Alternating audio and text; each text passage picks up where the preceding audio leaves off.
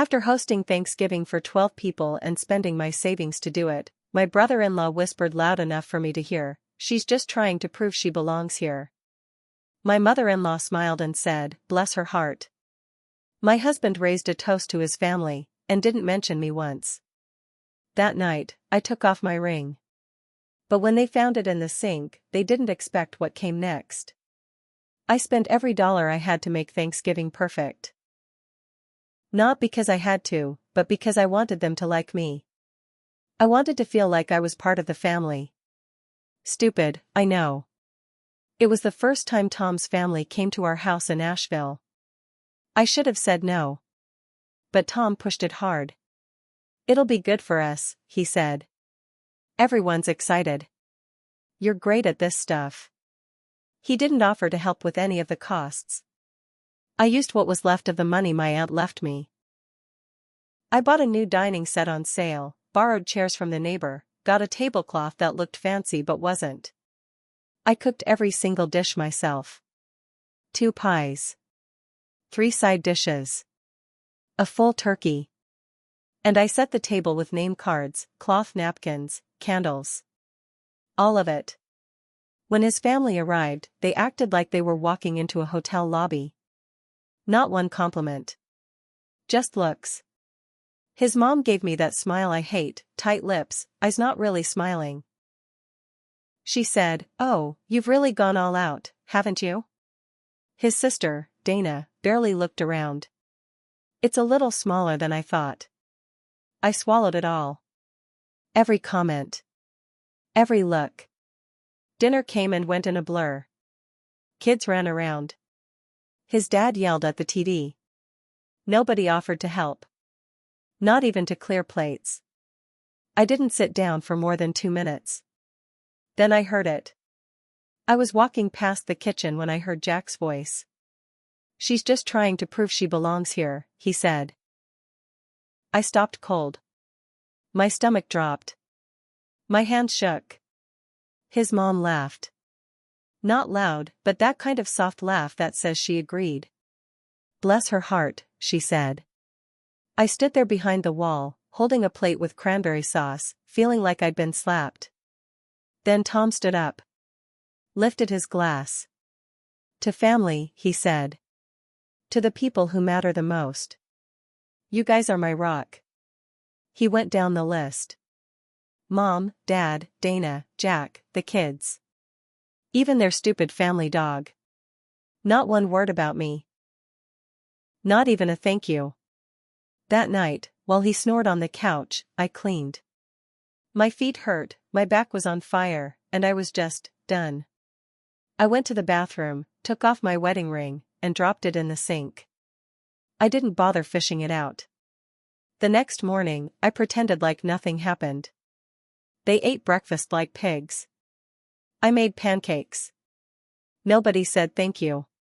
Not even Tom. Around noon, Dana found the ring. She was brushing her teeth and yelled for Tom. He texted me, "Your ring was in the sink. Everything okay?" I replied, "Yeah. Must have slipped off." But the truth was, it didn't slip. I left it there for a reason. That was the beginning. What came next wasn't loud. It wasn't fast. But it was mine. I wasn't going to scream. I wasn't going to cry. I was going to show them exactly who they were dealing with. I didn't leave that day. I didn't cry, and I didn't explain. I smiled, I served leftovers, I poured coffee.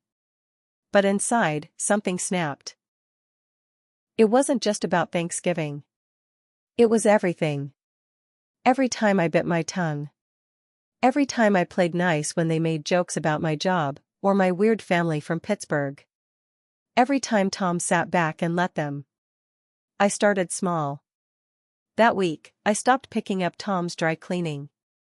I stopped doing his laundry. He didn't notice. Or maybe he thought I was just tired from the holiday. He didn't ask. A few days later, I told him I wanted to go back to school. Just casually. He laughed. "You want to take night classes or something?" I didn't respond. But I started looking up programs. Real ones. Full-time. Out of state. I found one in Oregon, Portland State. A graduate program in social work. I applied. Quietly. At the same time, I started separating things. Slowly. I moved some money into a new account. Opened a P.O. box. Took my name off the joint credit card. He didn't notice any of it. Then, 2 weeks later, I accidentally sent a text to Dana that was meant for my friend Marissa. At least that's what I let her believe. The message said, "I finally heard what they said. I'm done pretending like they don't hate me. This time, I'll get the last word." She read it. She never replied. But I know she showed it to Tom. That night, he asked, "Is everything okay?" I just nodded. "I'm fine." But I started sleeping in the guest room after that. Told him I had a cough. He didn't fight it. Another week passed. Then came the twist I didn't plan for. I got an email from Tom's work. A newsletter. It was one of those automated monthly updates from his company, and I guess he had signed me up to get them at some point. And in it was a picture. Tom. His boss. And a woman I didn't recognize. The caption said, "Celebrating another big win for the client team. Shout out to Tom and Ashley for their amazing work." Ashley. He'd never mentioned an Ashley. I clicked on her name and found her LinkedIn. She worked under him. Young. Blonde. Smiling with her head tilted the same way he used to say was my thing. I asked him that night. Calm. "Who's Ashley?" He looked up from his phone. "What?"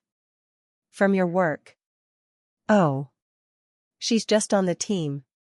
"Why?" I didn't say anything. I just stared. He got defensive. "What, are you jealous or something?" I shrugged. "Just curious." But now I had something more. Now I had a direction. I didn't ask about Ashley again. I didn't snoop through his phone. I didn't confront him. I didn't need to. 2 days later, I made dinner. Just like always. Chicken parmesan.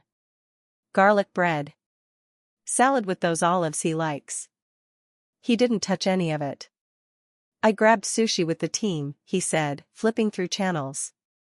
"Had to stay late." He never stayed late. Not before. I just said, "Hope it was good." He nodded. Didn't even look at me. The next morning, I started making copies. Bank statements. Our lease. Emails. I printed photos from his Facebook, pictures of us from better times. I printed the Thanksgiving grocery receipts. Every single one. I even printed the guest list I made, the seating chart, my handwritten shopping list. I kept them all in a folder. Labeled it, "Proof of Effort." Because I had a feeling this wouldn't end clean. I knew I couldn't just walk away. That's what people like Tom's family counted on. That I'd just vanish when they pushed me far enough. I was going to make them see me. And then, it happened. My friend Marissa called me in a panic. "You need to see this," she said. She sent me a screenshot. Ashley had posted a picture on her private Instagram. It was just a story, so it would disappear in 24 hours. But Marissa had taken a screen recording. It showed a dimly lit table, candles, wine, pasta. You could hear soft jazz in the background. And then, Tom's voice. Clear as day. "You're too good to me," he said. Ashley laughed. "Stop it." Then he said, "I mean it. I don't know what I'd do without you." I stared at the screen. My hands didn't shake. I didn't cry. I just nodded. That night, I told Tom I was going to visit my cousin in Charlotte for the weekend. He barely looked up. "Okay, cool." I didn't go to Charlotte. I checked into a motel on the edge of town. I needed space to think. I needed to be alone. I needed to be somewhere I could make the next moves without him breathing down my neck. While I was there, I contacted a divorce lawyer. But I also contacted someone else. Tom's boss. I asked for a meeting. I told her I had some concerns about a relationship happening under her roof. I gave her a copy of the Instagram video. The dates. The times. I didn't ask her to fire him. I just asked her to know. Because I knew what kind of company Tom worked for. Conservative. Family-focused. Big on optics. That same day, I overnighted a package to Tom's parents. Inside, I included a typed letter. 1 page. Simple. Direct. No emotion. I hosted Thanksgiving on my own dime. I heard what Jack said. I heard what you said. I saw how Tom treated me. I cooked. I cleaned. I served. I was invisible.